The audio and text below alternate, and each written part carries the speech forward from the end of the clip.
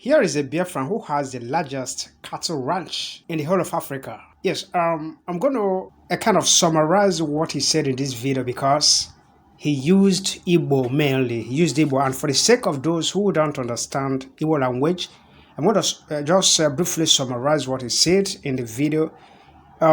His name is Valentine, and he's into cow training. He says he stays at Lusaka, Zambia. Then he discovered that training of cow is a lucrative business as he came to Zambia. That there is no need to drive cow from one place to another.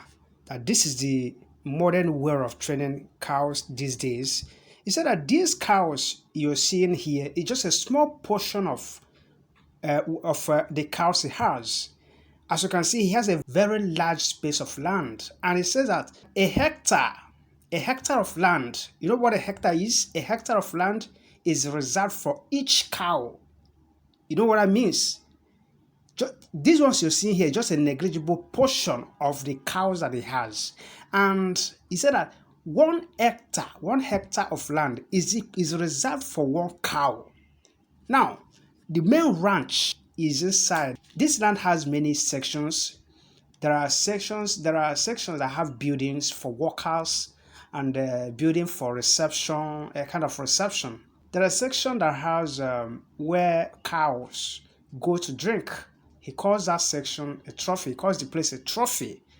There's a section, of course, I've told you, he has the main ranch place also within these, premises. So different sections are here, and he is the owner of the land. He uses money to buy it.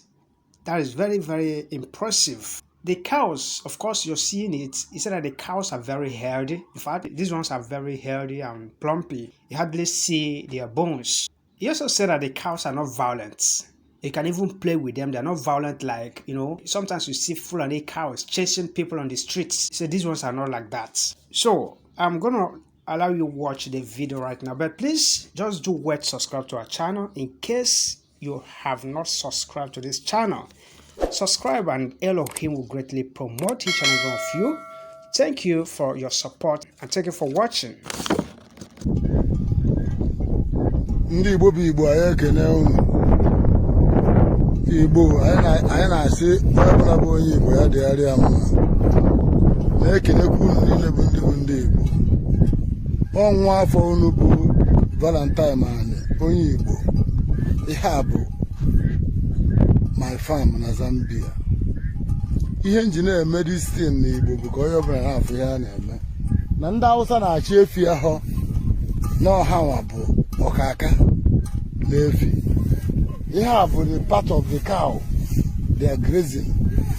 This land bụ my land. I bought it from my money. And before you start doing any grazing,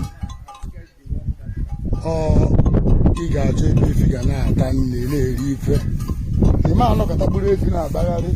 If you are willing to take care of the cow, you know, you get careful. I want people in Lusaka, Zambia. Naked when Zambia, naked in Zambia. I ain't come on this side, I ain't come my granite, different type of crops. It's all eco. But you know that ain't possible here. Why in the house I can age? No threaten because of a high name. Or that you quite in a me high name. No, no, quite even dollarby. Yeah, even dollarby. You know? Ian I got here. Can you get you able? And I imagine the buy. I won't be able to miss you. This will feel weird in this. Yes, I go. I go keep you up to get your Get Marina Bagarena Taro we have Unana, what it does everybody just keep quiet for the Kai. Now my brother I him. He have a farm. The ranch you can go to the ranch. You know? We have the ranch. Everything I know. This is the part of the cow. Another day can go soon everything. Let her go. Big cow. Baraman.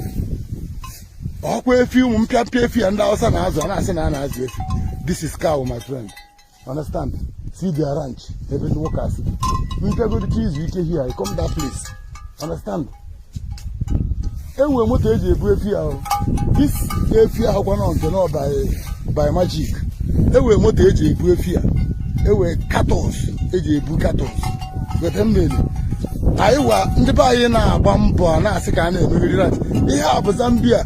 Each one cow deserve for each one cow deserve 1 hectare of land for one cow for grazing. This is for grazing for the cow. From here, wherever I'm not going to now, I can't cook. Why in the bag of better on our this we have a business is a business. We don't start it where start with a lot of cow. We start with few ones on it. If you are it, go. If you can, if I ask you if you tell me, man, I ask you if you can win a boom mother. He ask you if you boo. Each what is if you wear ranch, you know, but they ban as you if you. Go. This is a ranch. They ban as you if you. You know, man, you wear and they wear if you know, I'm up when the mother will be. Nah, IPOB, I do too much. You go. Nah, make a Biafran, Nande in the wood. So you all could be a Kahani in America, Kaimalka. Kaya geso. This is cow, big one. Nefi here, Nefi is a big cow. Yet I go. I have me home as Chukumela Ebereka Biafra. Yet I go. They have in a bow. They have going by one of our guy. Yet I go. Makwatia. He have here, but nobody can know what there.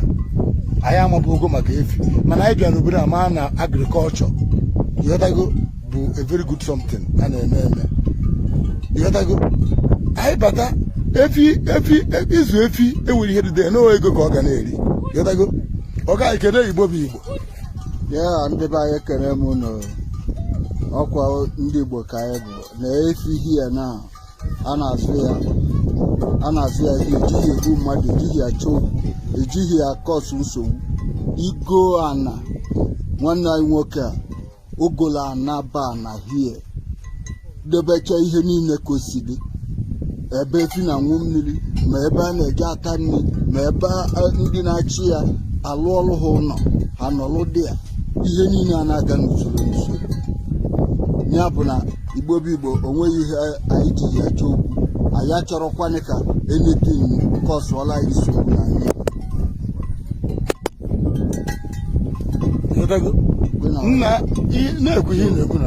So Udodi onye isi anyị bụ Nnamdi Kanu ya mee ngwa ngwa na anyị na-eche ya ka anyị nweta be anyị Biafra. Ihe a bụ ụmụ IPOB ebe a ka anyị nọ wee na-agha ike n'anwụ. Ịghọtago ihe a o sokwe na onye mana ohe ofu ka a na-eme ihe a na-eme buru ibu. Ịghọtago mana ihe a bụgodi nọmba 1 godi na ebe efi na-aṅụ mmiri. This is called ihe a na-akpọ trophy.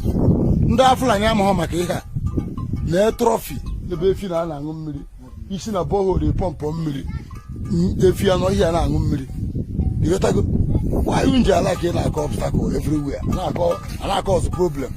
Ka m gosi unu ihe a na ebe anyị nọ na bụ rainy season ndị Zambia. Ịghọtago rainy season ndị Zambia ka anyị nọ. This is cattle my friend. Ịghọtago ihe a bụ the part of the cattle. Ihe a na bụ ndị Jos mụchụ ya mara unu mma. Ịghọtago udo dịrị unu. This is cow. Efi ọrụ ka efi agụụ na-agụ na-efi here guy na-efi onwe nke ịfụrụ a na-afụ skin anya